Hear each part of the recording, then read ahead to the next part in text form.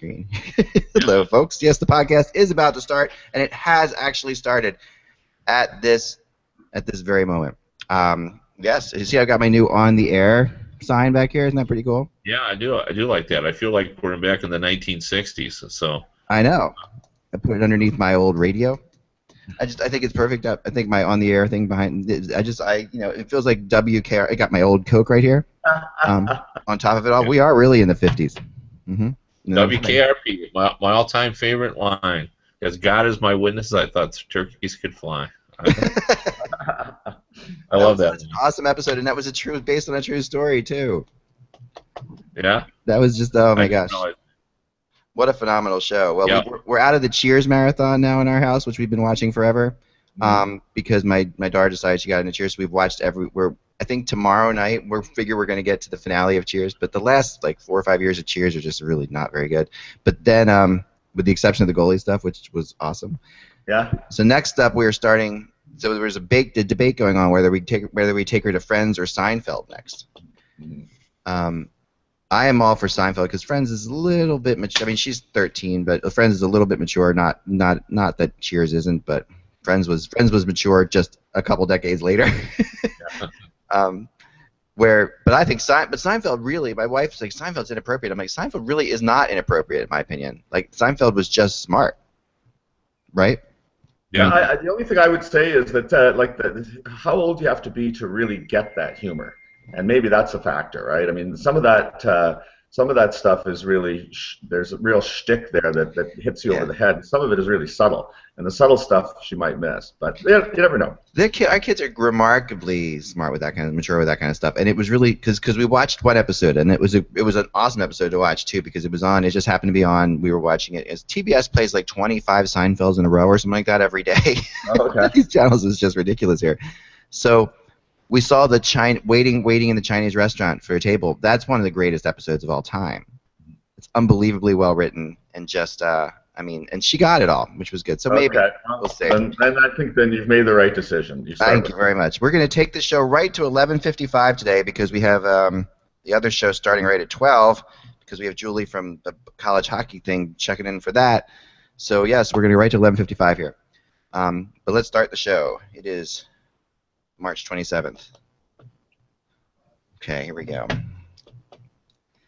Hello, Hockey World. How are you doing? It's Friday, March 27th, 2015. I'm Kevin Allen of USA Today Sports. And I'm Eric Duhacek of the Globe and Mail. And I am Eklund, and you're watching the Hockey Buzzcast on Hockey Buzz. No, you're not. You're watching the Cranky Hockey Writer Show on HockeyBuzz.com. Not the Hockey Buzzcast at all. This is the show where Kevin and I try to fix the world. You know this show. This is the show actually I get more incredible comments on Twitter and emails about than any other show, even though I only do one other show. But people just absolutely are crazy in love with our fixing the world stuff. And I tried to fix the world this week on one of my blogs without you guys, and it just failed miserably. So today we're going to tackle tanking. And the ethics of tanking, I'm going to call the show, and what that means exactly, because obviously last night we had what was being dubbed Tank Bowl 1 with Tank Bowl 2 coming up in a few weeks of the Arizona Buffalo epic battle in a night with a great hockey all over the place. People were really interested in this game, and then there were actually Buffalo fans cheering for the Coyotes. And the whole 9 yards. You had the whole thing going on. We want to talk about how we can fix this, if we can fix it, and that's the big question. Because I think I'm going to start there with you, Eric, today.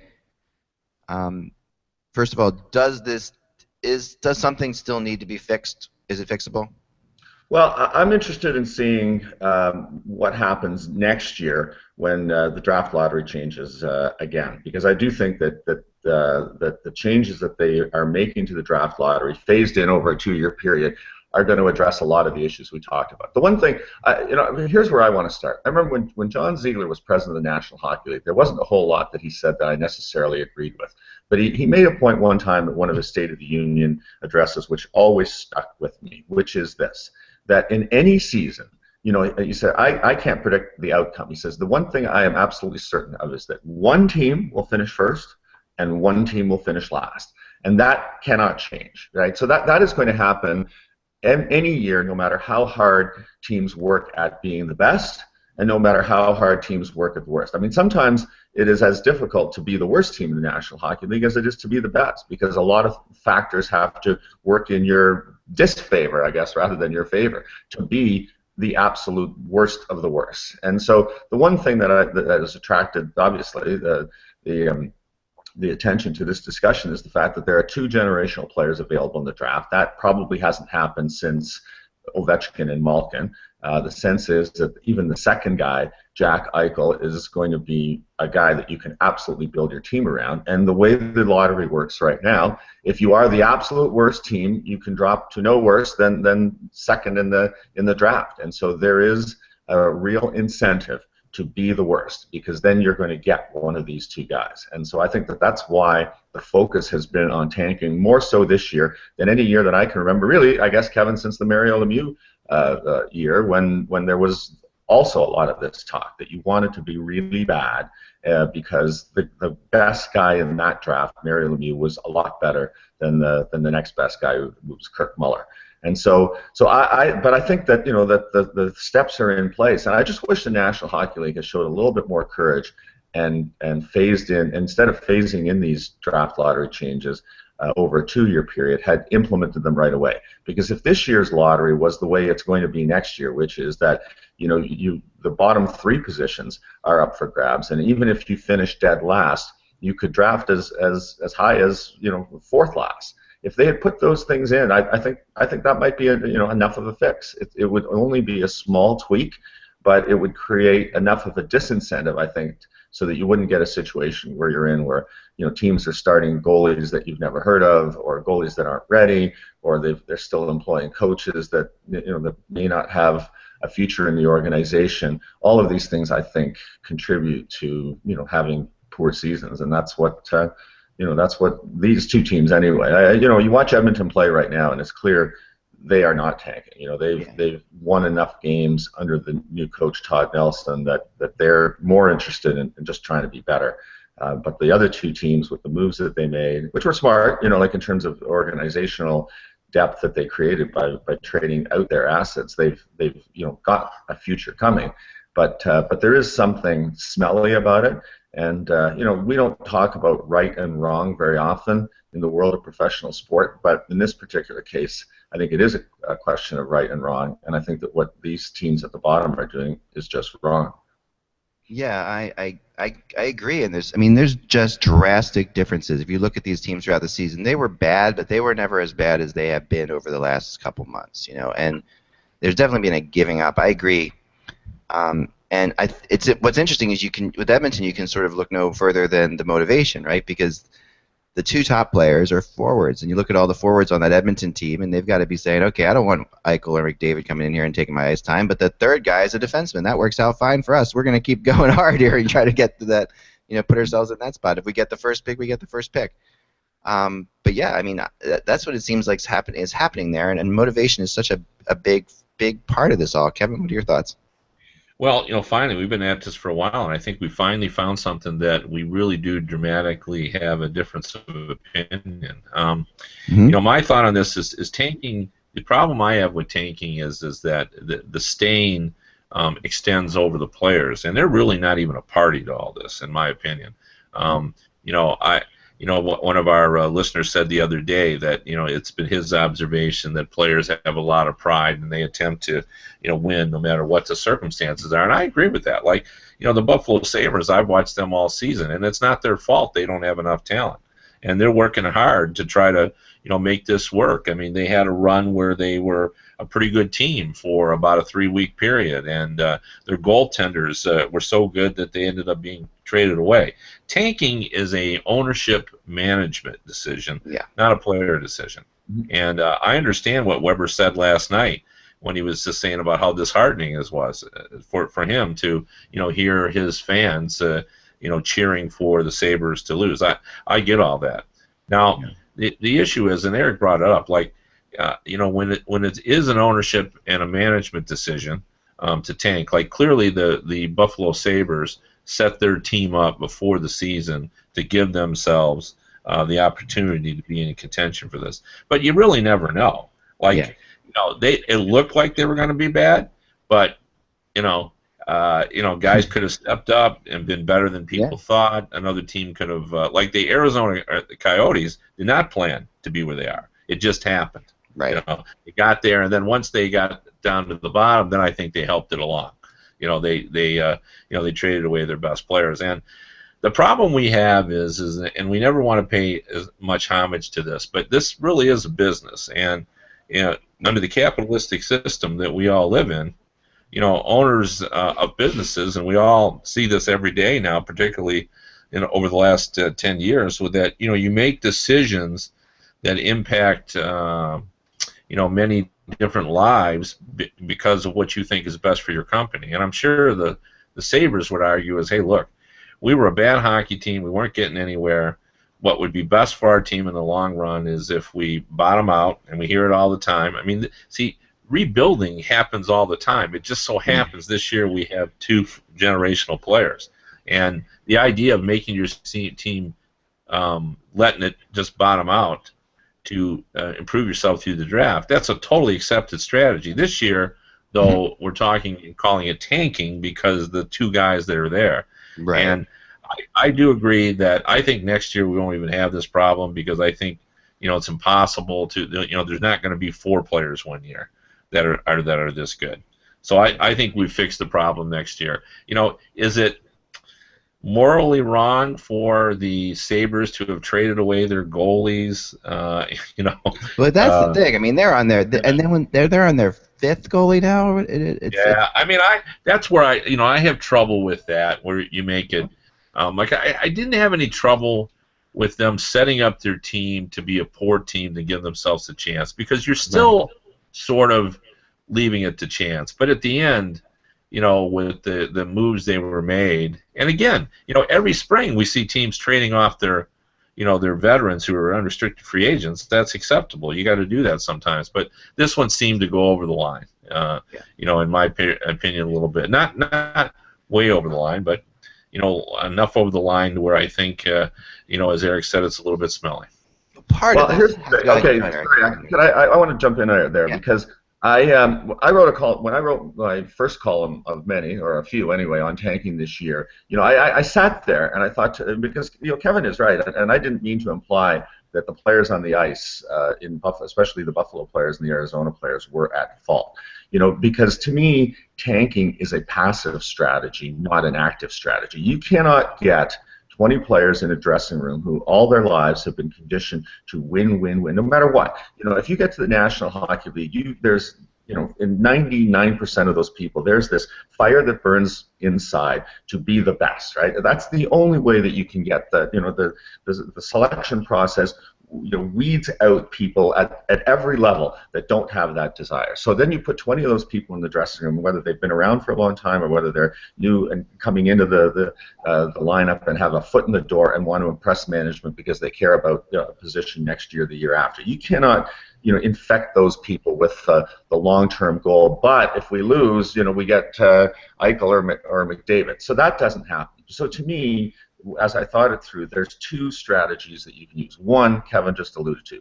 You can make sure that the goaltending doesn't work. And the other is that you can make sure you have the wrong coach. And so in the case of Buffalo especially, during that period in November when they were winning, Enroth was unbelievable. He was really good. And so the message that they sent, I think, to the team and to the National Hockey League was, we can't have this, because if he can sustain this, he's never in his career sustained it, but if he can sustain this, we are in danger of winning too many games. So they ended up trading him for Dallas's backup, who was having a terrible season, Anders Lindback. And then the same thing happened a couple months later, where all of a sudden Neuwirth was the new #1, and he was winning some games, and suddenly you trade him for Chad Johnson, who unfortunately got hurt. And so that's how you do it. I mean, goaltenders are so important to the outcome of the team. You just watch, Edmonton right now. The one thing, they win games when their goaltending is adequate, and on the nights when the goaltending isn't very good, that's when the bottom falls out of the Edmonton Oilers. They understand they have to fix that hole. Well, Buffalo went out and deliberately created a hole. And to some extent, you could argue the same thing happened with Arizona, because when Mike Smith got off to that very poor start, they put Devin Dubnyk in the lineup, and Dubnyk was good. The work that he did with Sean Burke kind of got his game back on the rails, and Arizona could have continued down that path. They would have been more competitive than they are right now if they had just given him the number one job. If he had started 33 games in a row for Arizona as opposed to the Minnesota Wild, I think Arizona would be a better team. Maybe not a playoff team, but a better team, because he was showing signs already before they traded him that he was going to be a guy that was in the midst of a turnaround season. But instead of risking that, they moved him for a third-round pick. I mean, the best trade of the National Hockey League this year is Chuck Fletcher getting a guy to salvage his season for only a third-round pick. And so I think that's the part of the equation that I don't like. That that both of these teams had an opportunity to be a little better by not doing anything, and they went out and they made their goaltending worse. So that just leaves the position players hanging out to dry. And then the same thing with the coaching. Like poor Ted Nolan. Really respect and admire the guy, but everyone in hockey is convinced, certainly I am, I don't know if you are, Kevin, that he will not be back there. And you might have done what Edmonton did, which is, they clearly had a coach that was out of step with the dressing room at Edmonton, Dallas Eakins, and they went out to try and improve their coaching in season, thinking that they would give Todd Nelson an opportunity to turn the team around, and he has. Their winning percentage is 100 points higher with Todd Nelson than with Dallas Eakins. I think everyone in Buffalo knows that Ted Nolan is probably a lame duck coach. They could have gone out and tried to change that, and they simply chose not to. And so I think those are the strategies that you can employ as an organization, because you just can't slip up to a player and whisper in his ear, look, you're signed for a couple of years, you're part of the future here, but come on, we don't need a win today. You can't do that. That doesn't happen. So that's unethical. That you get fined for that. You get dock draft picks. I mean, Ottawa went through that one year, and it was a major scandal. So the integrity of the National Hockey League would be at stake if that could ever be proved that happens. I don't believe that happens, but I do think that these were decisions made by the organization to deliberately make themselves worse at a time when they looked like they were trending in the right direction. And that's the part of the equation that I didn't like. I'm with you on that. Let me add to what Eric said, only because I want to make it just sort of clear what my position is. I'm willing to give the Coyotes much more of a pass. And even in the argument that Eric brought up about the goaltending, I think the Coyotes just made a mistake there. I don't think at that point they were thinking, we got to make our goaltending worse. I mean, they're married to Smith. He has a long-term contract. It was a different situation, I think. And I think at that point in time, Dubnyk was going to be he was a short-term fix for them. He was hot. I think they viewed it as he was hot, and they'll get a pick for him and sort of move on. I think that their situation, was completely different than Buffalo's, where it appeared all the way through that the management strategy was to make this team as weak as possible in order to get in the position. And it really was, as we've mentioned on other podcasts, it was really the Jack Eichel sweepstakes, because you only got a 20% chance of getting Connor McDavid, even if you have the worst record. So really you're sort of competing for Eichel. But it is a situation where I remember that the year that for the draft, I actually had a scout who said to me, there's a chance that Malkin could end up being better than Connor McDavid. I think everybody thought that Ovechkin was going to be the better player, but there were guys who felt that. And I think you hear the same thing. I think everybody, the vast majority, believe Connor McDavid is the better player. But you'll find a scout who will say, there's a chance that Eichel could be, the best player here. So. There was a real reason to get yourself in a position to get one of those two players. But I think that even though in the end the Coyotes sort of helped their way along, it was just sort of an accident that they got there. I don't think they entered this season think they were as bad as they ended up being, and then they helped it at the end. Where I think the Coyotes have been consistently, moving in this direction, pretty much the entire season. And maybe the worst of them all, though, is Toronto. I mean, and I'm going to throw that out there because this is a team that was actually good for part of the year. And there was a point in time at which we were saying, "Oh, the Leafs." Remember, there was a time there when the Leafs were just really good, and they won. 19-9. They were 19-9 in the middle of December when the Leafs Right. passed through here about 3 weeks ago. I looked it up, and I compared Calgary's record to Toronto. Toronto was 4 or 5 points ahead of Calgary in the overall standings in the middle of December. And then, yeah, you're right. They lost a few games, fired their coach, and the bottom fell out. I mean, I tweeted something when the Leafs were in there that, like, how could Randy Carlyle have had this team 19-9 and change or whatever it was, and I created a hashtag Jack Adams, and it created this whole discussion on the internet about, can a coach who only coached the first half of the year win the coach of the year? Because, we've often seen a coach come in and replace a guy like Bruce Boudreau and win the Jack Adams with 60 games. Do you give it to, was the best coaching, given the difference between the Leafs under Peter Horachek and the Leafs under Randy Carlyle was so great that maybe the best coaching job of the year was done in the first 3 months of the season by a guy they ended up firing. It really is astonishing. And the other thing about it is that if you look at the Leafs, and Peter Horachek has said this a few times, their veteran players do look disinterested. Yeah. And I guess that's the other question, when it comes to tanking. Is that tanking, or is that just guys that want the season to end so badly that they're not prepared to play to the end? And I would suggest you are right, Eck, that of the teams that we're discussing, Edmonton, Nugent Hopkins is having a great month. Everly is having a great month. They're among the leading scorers in March. They're playing to the end. And the Leafs clearly have stopped playing to the end, and that really, I think rubs a lot of people the wrong way. I mean, the same people that were cheering in Buffalo to be worse are kind of doing that in Toronto as well. But the fact that that some of the players there are playing as poorly as they are, given their track records and their credentials, is really a sad commentary on them and the effort that they're putting forward, to be honest. Yeah, I mean, they were a bubble team or a playoff team for most people, right, in the beginning of the year, and here they are just completely and just not even. I agree. I mean, and I do think what's interesting about that case, and the people who argue about, I had this debate with somebody the other day about Toronto and tanking, and I said the players aren't tanking on Toronto because the players on Toronto that are playing right now probably don't even care what happens in the next draft, because a lot of them don't want to be there anymore. Even if they were to draft Connor McDavid, and I don't think it would. I just think that a lot of them have just burned so many bridges and are so tired of the whole scene that they don't have any desire to stay there. Yeah, that's kind of an interesting issue as well. Like, yeah, I don't believe that players would ever tank for this situation, but there is I've seen this happen when players get weary of a coach. We all have that. Consciously or subconsciously, they start to lose interest in playing hard for that coach, and I think that's sort of what is happening, and it's nothing to do with the coach in Toronto, but I think they've sort of been demoralized by what happened, and now they're, that's what it reminds me of. Like, you're right.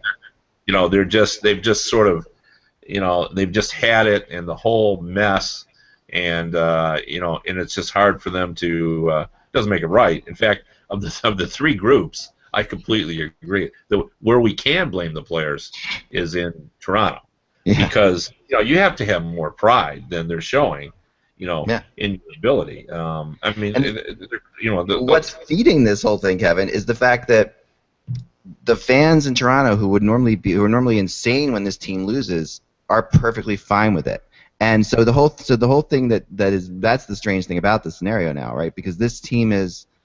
And a lot of that goes back to Brian Burke and the trade, the Phil Kessel trade, and all this stuff. They want to see one of the first picks, because they've been denied the first pick before. They've had it and they've lost it, right? So they're in that spot where, all those. So they're okay with this, which is fascinating in my opinion to follow the situation, because normally that would never be okay in this market at all, and yet it's fine. So the players who are not playing well are not being run up the flagpoles here yet, because.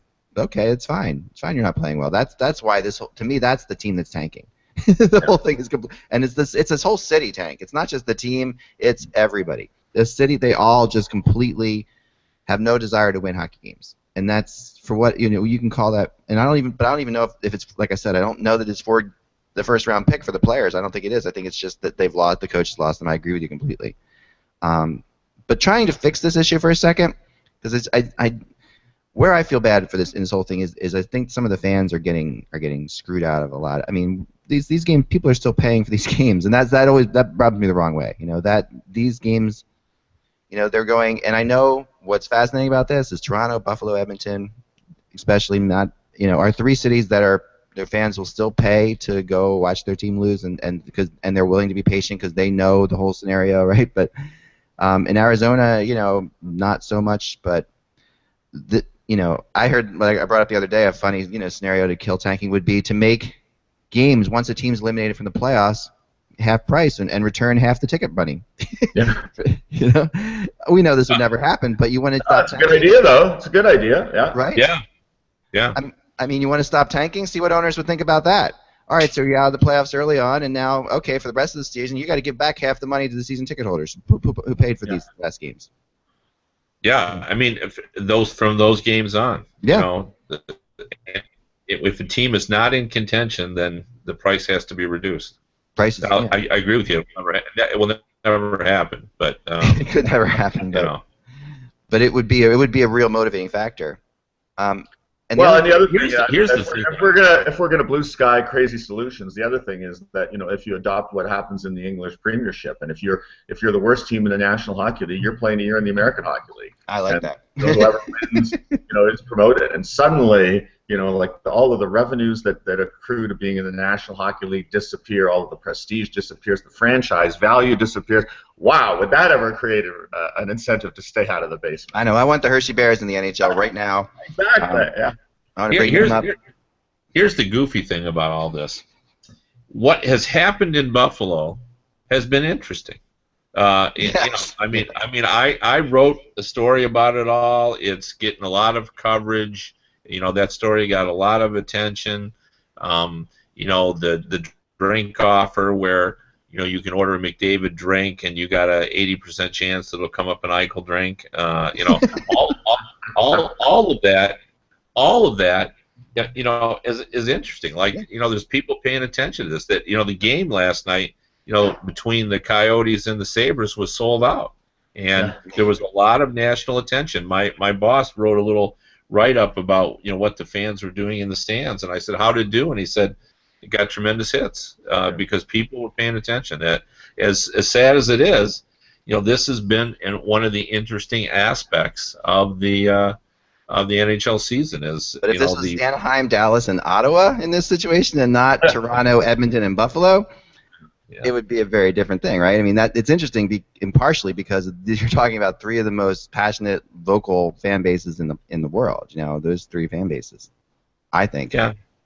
I think. I hope. I know this is crazy because the odds are stacked against it. But I'm here in the Western Conference, and there are 9 teams that have made an honest, hard push for 8 playoff spots, and somebody's going to miss, and it'll probably be either Calgary or Winnipeg, because the way Los Angeles is playing, I don't think very many people think that the Kings are going to miss. So here are 2 teams that, especially in the case of Calgary, but even in the case of Winnipeg, they were last in the Central. That people had some questions about. I mean, there was a chance, if things had gone wrong in Calgary, that they could be down there. They were 4th last in the league last year. There was every reason to expect that they would be there with Buffalo, Edmonton, near the bottom, and they have played well. They've pulled rabbits out of their hat. They've been excellent, and I think the expectation is that they may easily fall back next year as Colorado, sorts itself out, as Dallas sorts itself out, because they just don't have the personnel yet. They're in the very, very early stages of a rebuild.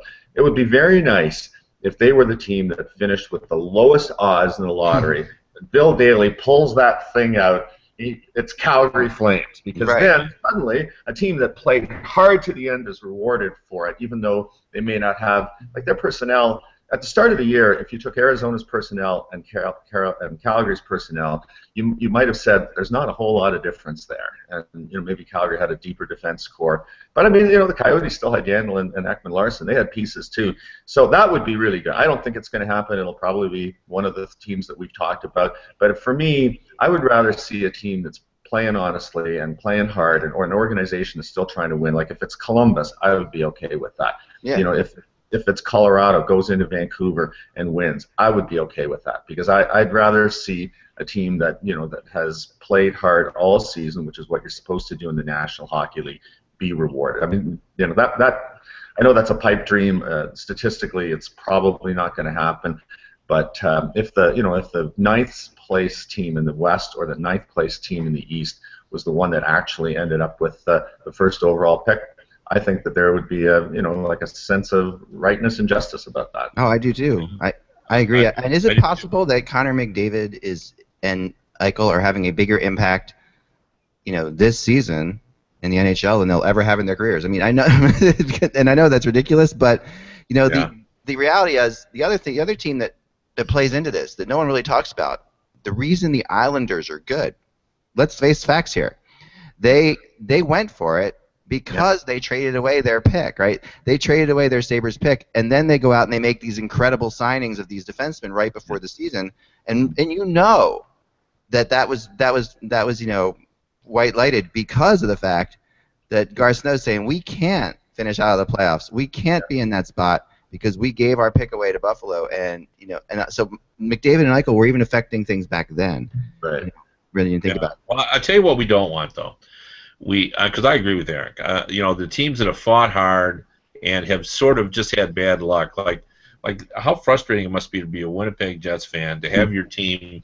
I mean, they had the JV defense playing for a couple of weeks when everyone's hurt. Bufflin's been hurt. Little's been hurt, and they keep hanging in there. We've all predicted doom at some various points for the Jets, and they keep hanging in there. It's so frustrating for them. I think it would be a great reward. But what we don't want to happen is the Maple Leafs to end up with this pick, which I think it would be a disaster on many different levels, including just all the conspiracy nuts will come out and talk about it, and also the fact that I just don't think it's good in the long run for Connor McDavid to play in Toronto and starting out his career then.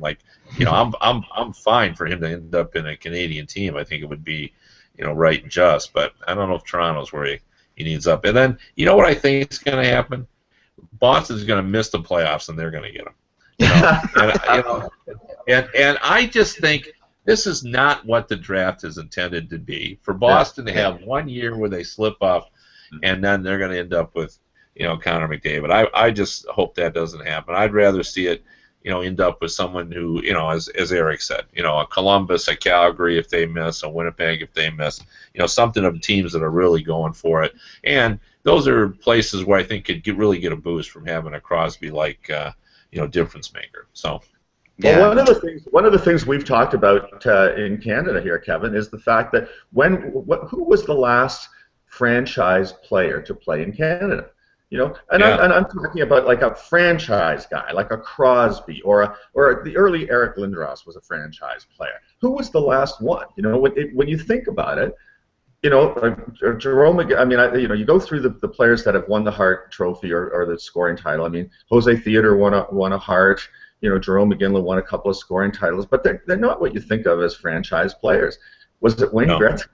Might it have been Mark Messier? I'm not sure that there's necessarily been one. So there's been a real dearth of these types of players playing for the Canadian-based teams, and it would be really interesting to see if one of them actually landed on a Canadian team, because the Sedins are great, and Hall and Nugent Hopkins and Everly are great, and Matt Sundin was a terrific player for Toronto, but again, we're not talking about iconic guys. We're not talking an Ovechkin, a Crosby, a Lindros, a Mario.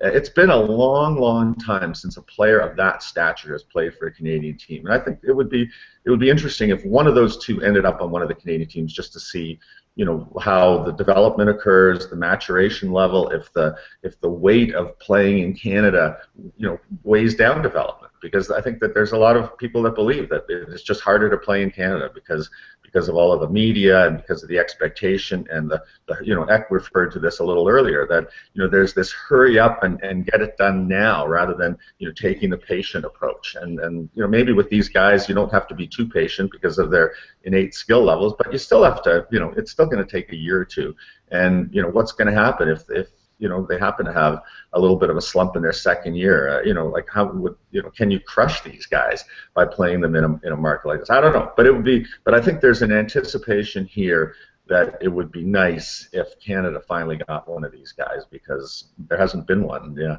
playing here. And the guys that play on the Olympic teams after the Olympics are over, they go back, 80% of them to U.S.-based teams. So.